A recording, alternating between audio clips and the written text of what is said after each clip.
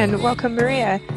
So we have next Maria Gallego Ortiz, who's from Colombia and who's currently pursuing a master's in philosophy at Boston College.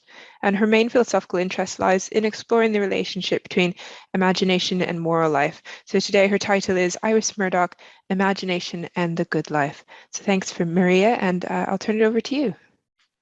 Thank you, Catherine. I'm going to share my screen before I start. Okay. No, okay. So thank you, all of you, for being here. I know it's the last talk and it's been a long day, so thank you. So this presentation is part of one of my broad interest in seeking to understand this relationship of imagination and moral life and moral agency. And I find in Murdoch this relationship quite interesting.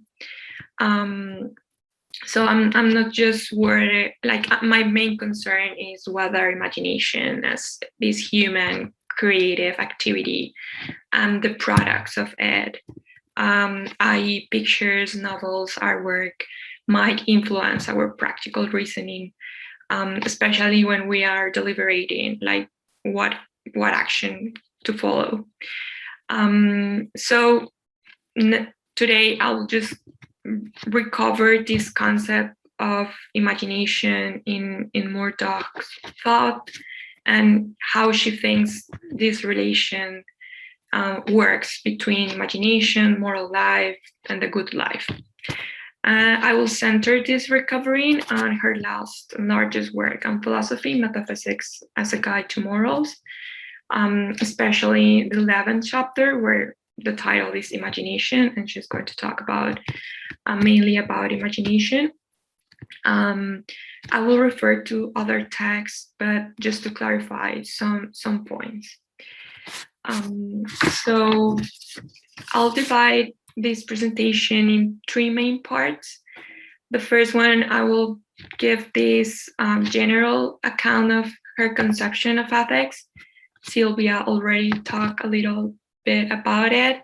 And this conception of ethics is framed on her critiques to the Anglo-analytical moral theory, and Murdoch proposes this new interpretation of moral theory that takes into account moral psychology. So we'll see there that imagination will have this essential role for her conception of ethics. And then the second part will address this difference between fantasy and imagination, which she established in this chapter in Metaphysics as a Guide to Morals. And she frames this discussion and this difference in Kant and in Plato. And then we'll finally reach to her positive account of imagination, what I have called her positive account, where we'll see how her concept of imagination might influence our moral life and this conception of the good life. Okay, so I'll just want also to clarify that this is kind of my first approach to Murdoch. I love her novels, and I think in her novels we can find a lot of his philosophical ideas, and I would like later in the future to consider to search for this concept of imagination and how she applied this in the novels. But for now, it's just like this introduction to her concept of imagination and moral life. Okay, so the first point in this conception of ethics is that apparently there is no real difference between ethics and morality. Sophie Chappell, who is a philosopher that is inspired by Murdoch's conception of ethics, she says that there is no real difference, like moral theory should be taken into account in our ethics and in the good life. So For Murdoch, she does not deny that we need a theoretical account or a theoretical framework that explains moral agency. We need this theoretical knowledge of what is good, what is the good action to follow. Universality is important and essential. Norms are needed to direct our moral agency. Understand that is like from a rational point of view is important for her. But we need to add something else. We need categorical, the Kant's categorical imperative. We need the norms. We need to know those norms, what is essential to be right. But we need more than the rational consideration. And we need to know that our moral agency is just not triggered by rational reasons, but it's triggered by something else. So she makes us to consider that we are embodied beings embedded in a particular context and history. So how we perceive, how we feel, how we relate to our specific contingencies must be taken into account in our understanding of moral agency. So we can say that for Murdoch, the Kantian categorical imperative is important, is universal, it applies to everyone, but it is lived differently by everyone, given their distinctive peculiarities. So therefore, moral agency needs to be understood in the midst of the contingency of human life, which often is not entirely rational and cannot be understood through intellect alone. Antonacchio, she tells us, like, interpreting Murdoch's thought, this: in spite of its need for systematic elaboration, moral philosophy must not fail to remember the contingent and to preserve the particular and the individual from absorption into any kind of totalizing theoretical framework. There is a need to account for the singular, for the particular, and for Murdoch, our notions, our moral actions does not consist in conforming to a universal form that seems to be independent of us, but rather, in addition to that norm, we must take into account that our inner life, our conscious stream, our particular experiences shape who we are and therefore also how we act morally. Ethics therefore cannot be independent of how individuals live the world, understand the world. Antonacchio also says, Murdoch sought to extend the domain of the ethical beyond constricted notions of obligation in order to encompass ideas of the good life and what it is good to be. So we need the rational account. We need to know that we have reasons, rational reasons to act, but we also need to take into account these contingencies and how we apply that norm in the daily life. So moral theory does not want, so Murdoch does not want moral theory understood as a neutral science. That's why she criticized a lot the analytical approach to moral theory, because their moral theory is treated as a neutral science. And she says that that's not how it works, actually. She wants to consider moral theory in this relation to our notion of a good life, what it means to live a good life, and all that contingencies. So I found here that imagination has like its role, because as we will see later, she explains kind of one function of imagination is to make sense of the stream of sensations we receive every day, to connect also the reason with perception.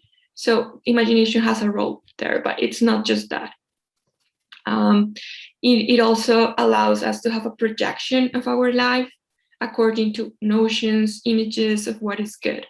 So Murdoch argues that moral philosophy must take into account this capacity to reflect on ourselves, to imagine who we are and why we can, what can we do by reviewing these ideas of ourselves and these images of what it is to be good and what the good is. In order to live this categorical imperative from Kant, or this universal norm of what it means to be good, in general, we need to take into account the circumstances and the contingencies. So following Bagnoli in her interpretation of Murdoch, she says the grain of moral life, Murdoch argue, is constituted by the continuous imaginative constructions of our mind. It is there that our individuality resides. To be able to fruitfully explore and fully explicate the nature of moral life, contemporary philosophy needs to reclaim a richer moral vocabulary and elaborate a developmental model of agency capable of accounting not only for episodic changes, but also for the kinds of failures and achievements that make sense only within a conception of the life of a person that appreciates progress and history. So having this in mind, this conception of ethics, which is not just taking into account contingencies without norms, like I think that Murdoch wants to reclaim reason in moral theory, but telling us like it's not just that. We need something else that explains how we can apply the norm, or how can we live the norm in daily life. So Murdoch is not a relativist, moral relativist. She wants the good with capital G, but she wants it to live in our daily life. So that's when this discussion between fantasy and imagination comes, how we are going to understand imagination in a way that helps us to achieve that good in daily life. So she goes to Plato and to Kant to explain this difference. And she warns us that in the history of thought, imagination can be understood as fantasy with this negative connotation. So she established the conceptual difference between fantasy and imagination is not a real difference. It's not like we have two actual different faculties in our mind. It's rather more like a conceptual difference. And she frames this difference in moral terms. So so fantasy is bad and imagination is good. Fantasy is egotistical, it has to be with the ego, and imagination is creative and free. So I quote Murdoch, whereas I want to see the contrast more positively in terms of two active faculties, one somewhat mechanically generating narrowly banal false pictures, the ego as all-powerful, and the other freely and creatively exploring the world, moving toward the expression and elucidation and in art celebration of what is true and deep. So here clearly she states like the difference. Fantasy is bad, imagination is good, and she's going to trace that difference into authors, Kant and Plato. So for Kant, she says that he distinguishes empirical and aesthetic imagination. Empirical is going to be associated with fantasy and with the bad kind of imagination, and aesthetic imagination with a good one, if we could say it that way. She says, Kant, he distinguishes the empirical imagination, which spontaneously yet mechanically prepares a sensuous manifold for subjection to the synthetic a priori and empirical concepts of the understanding, but which is not independently creative or aesthetically sensible from the static imagination, which is spontaneous and free and able to create a second nature. So as we can see in the quote, the empirical imagination is the mediator between sense perception and concepts. So that sensus manifold is united by the imagination in an image to which concepts can then be applied. Empirical imagination is what allows us to conceive the apple as an apple and not just as a sensus manifold. So this mechanical function, this is a mechanical function of imagination. There is no space for creation. And she also says that Kant is imposing limitation to this imagination, to the possibilities of this imagination, because it is just a mechanical function. It is not creative. But she also, or we can say that Murdoch, she doesn't bring all Kant's interpretation of imagination here. So she's not aware in this chapter about the epistemological problems that Kant solves with his concept of imagination. She also is not aware, or she doesn't want to be aware here about the distinction between empirical and transcendental imagination. It seems that transcendental doesn't matter too much to her, because transcendental for Kant is related with the a priori knowledge. And apparently for her, this is not possible, because knowledge is acquired in the midst of the contingency of life. So it could not be this a priori knowledge. And she disagrees with Kant's idea of transcendental imagination as operating at the transcendental barrier of consciousness, because she wants imagination to be consciously influencing our understanding of the world and our understanding of what is right to do and what is wrong to do. And it seems that for Kant, transcendental imagination is unconscious activity, and also empirical imagination is just automatic activity that is not also consciously. So she says, well, this is bad imagination. We are not going there. But she reminds us that Kant also has this concept of static imagination that he describes as free and creative and able to create a second nature. But and she wants that kind of imagination. She wants to be this active imagination. But she says that for Kant, this imagination is in the corner of fine art, and she wants to take out that. So this imagination for Kant works in art and creates art, but she doesn't want to be just like that imagination acting in art. She just wanted to be in all aspects of our lives. She wants to take this understanding of imagination out from that corner, which means that she wants the world to be recreated by imagination. Kind of, we are all artists of our own lives, and is this notion of creating value in the world. So she goes then to Plato's understanding of imagination, and then she also recognized in Plato like these two different ways of understanding imagination. The first one is akasia, and then the other is high imagination. So akasia is this mental state that prisoners have in the cave, where they are just relating with shadows and representing in their minds images from those shadows in the cave, and they are in a state of illusion.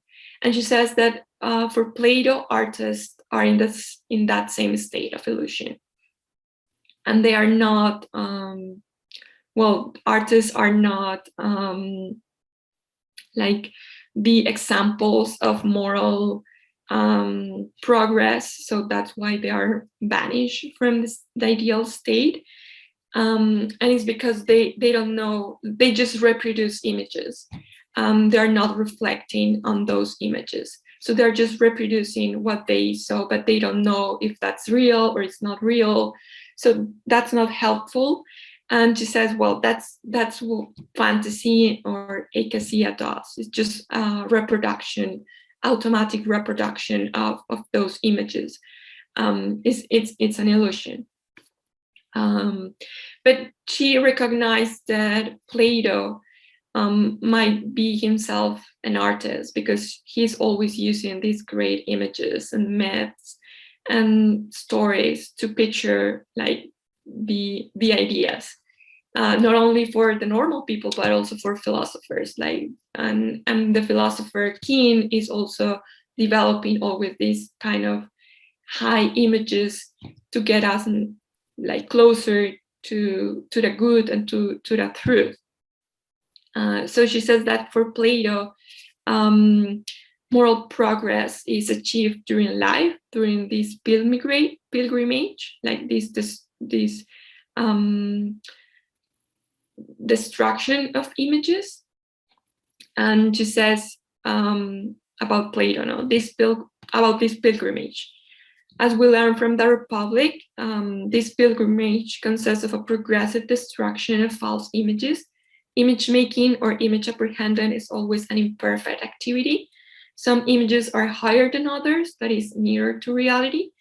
Images should not be resting places, but pointers towards higher truth.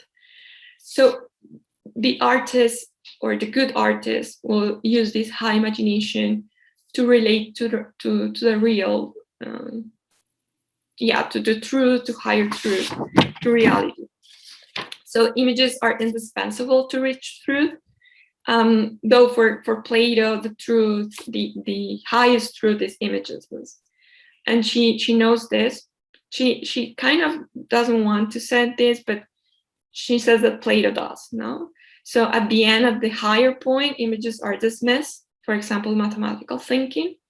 But she recognizes that for Plato, and she also thinks that we need images for moral improvement.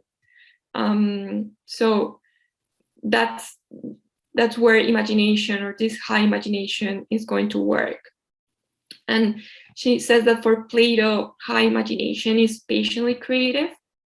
So Plato, teaching by images and myths, also acknowledges high imagination as a creative stirring spirit, attempting to express and embody what is perfectly good but extremely remote.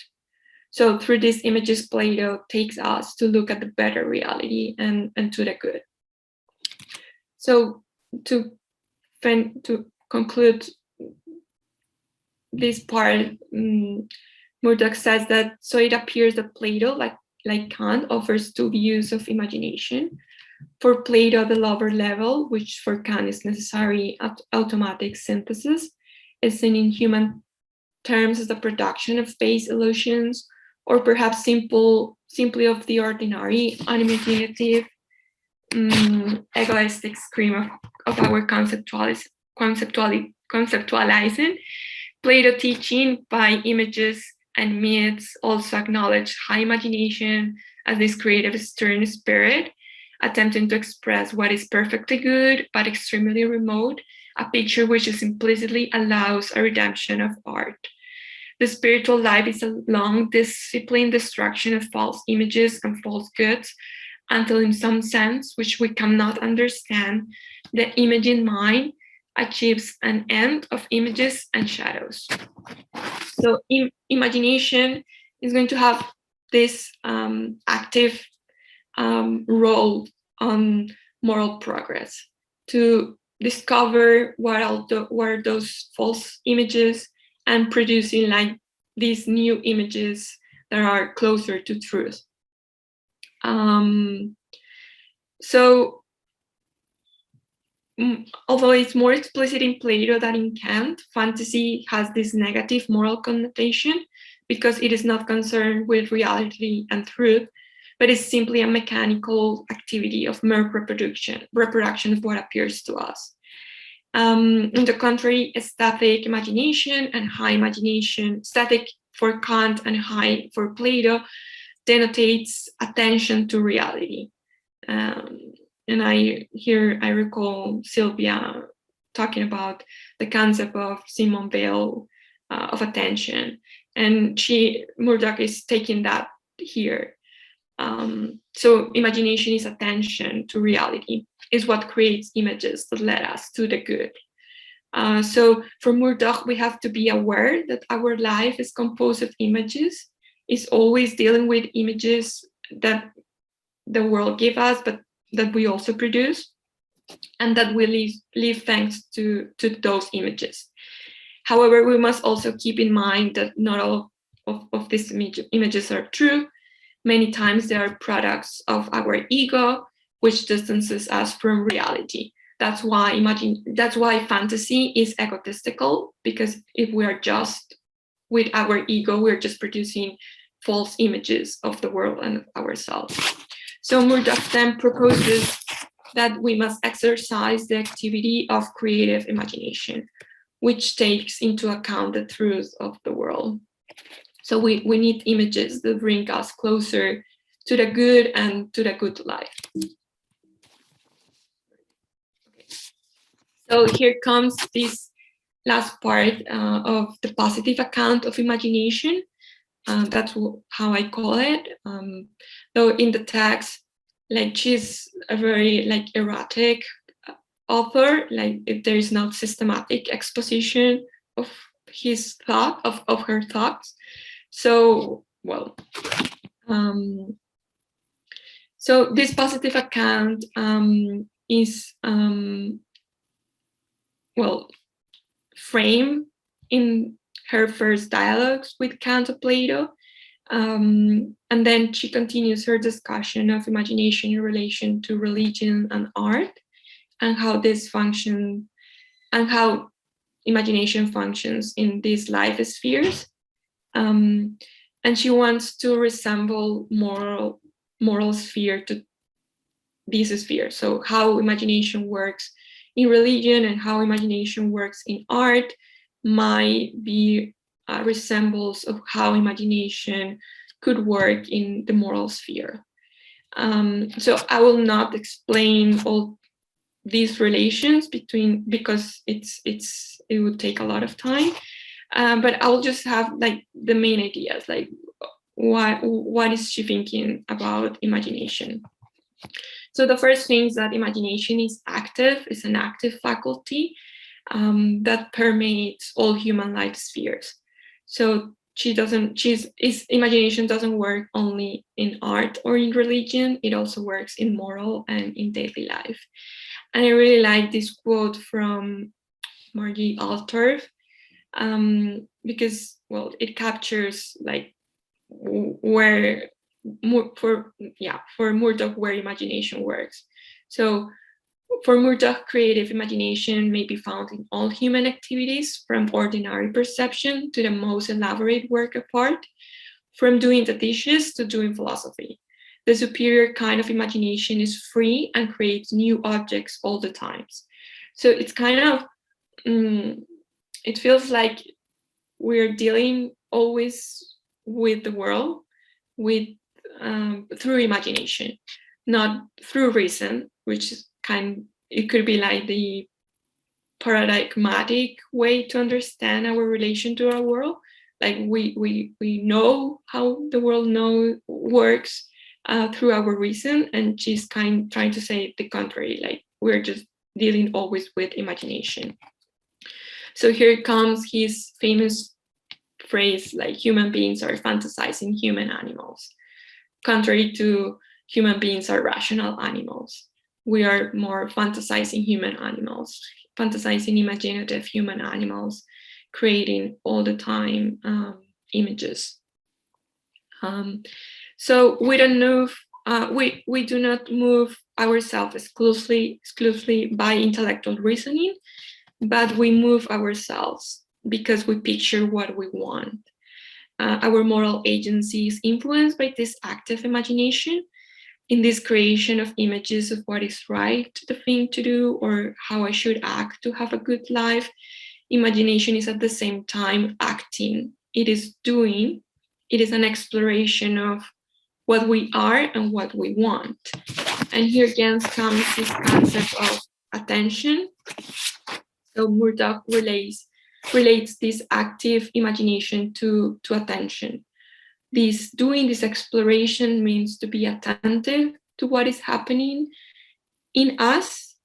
That's why inner life is so important to her. It's not just an unconscious stream of reasons or thoughts. It's conscious a stream of thoughts that we have to be attentive.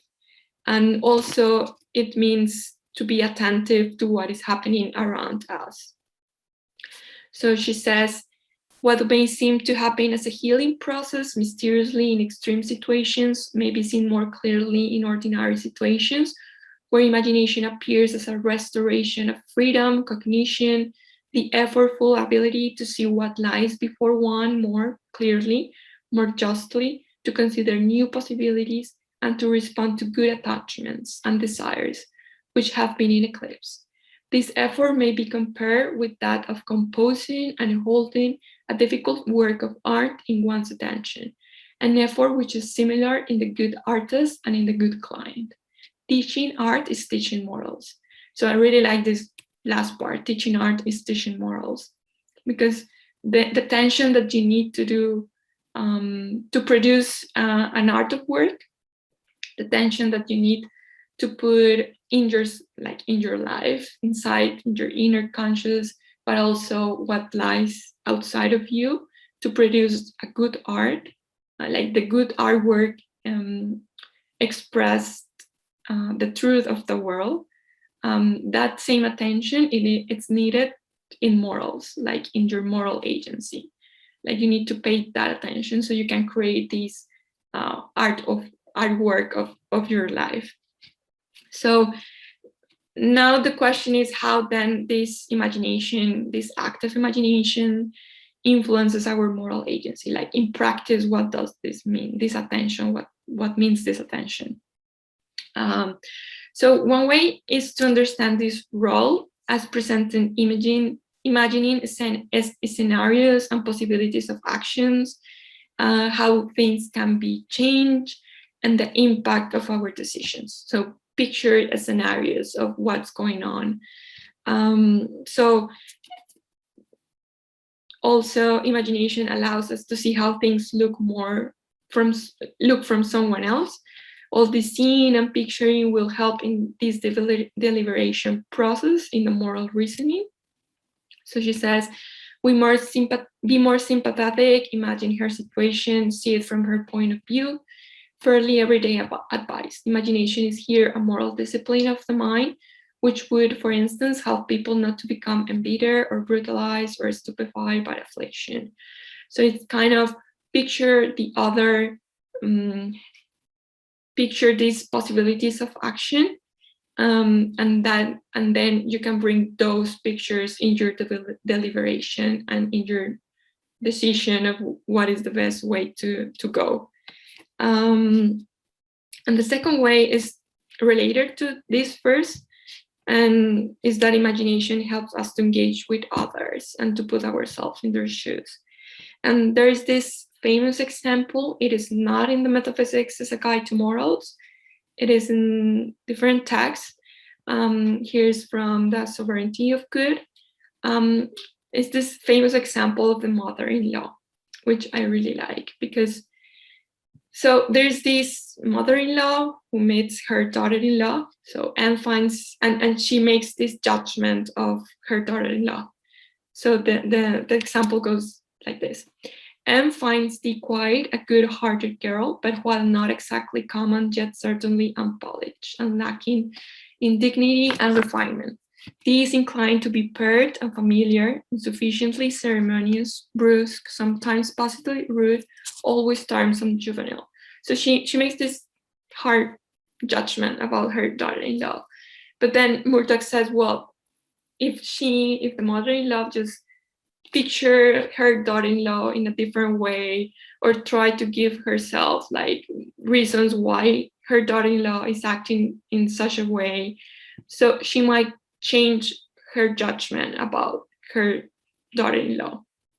So after this kind of picturing and imagining and bringing these other kind of reasons, she says, D is discovered then to be not vulgar, but refreshingly simple, not undignified, but spontaneous, not noisy, but gay, not tiresomely juvenile, but delightful, joyful, and so on.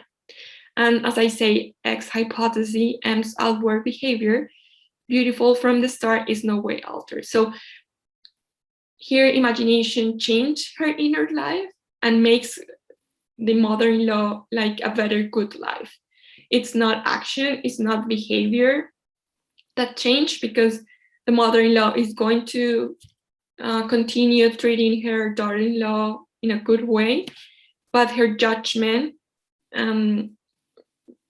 changed because she was able to picture in a different way her daughter-in-law. And this is kind of different conception of ethics, because it's not the action, the moral agency like in the world that change. It's more the inner life of the mother-in-law that changes and make it like a very good life for the mother-in-law. So then imagination and high imagination, creative imagination influence our moral life in presenting these different scenarios, possibilities, making us feeling what the other is feeling in some way, to consider the others in a different way. And our life might be also considered in another way thanks to our imagination. And this kind of putting attention to our contingencies and to our daily life change how we live and produce this good life that is not just following an abstract norm that doesn't relate to us like directly. So I just want to finish with this quote from Murdoch. She says, morality as the ability or attempt to be good rests upon deep areas of sensibility and creative imagination. Upon removal from one state of mind to another, upon shift of attachment, upon love and respect for the contingent details of the world. Thank you so much for your attention.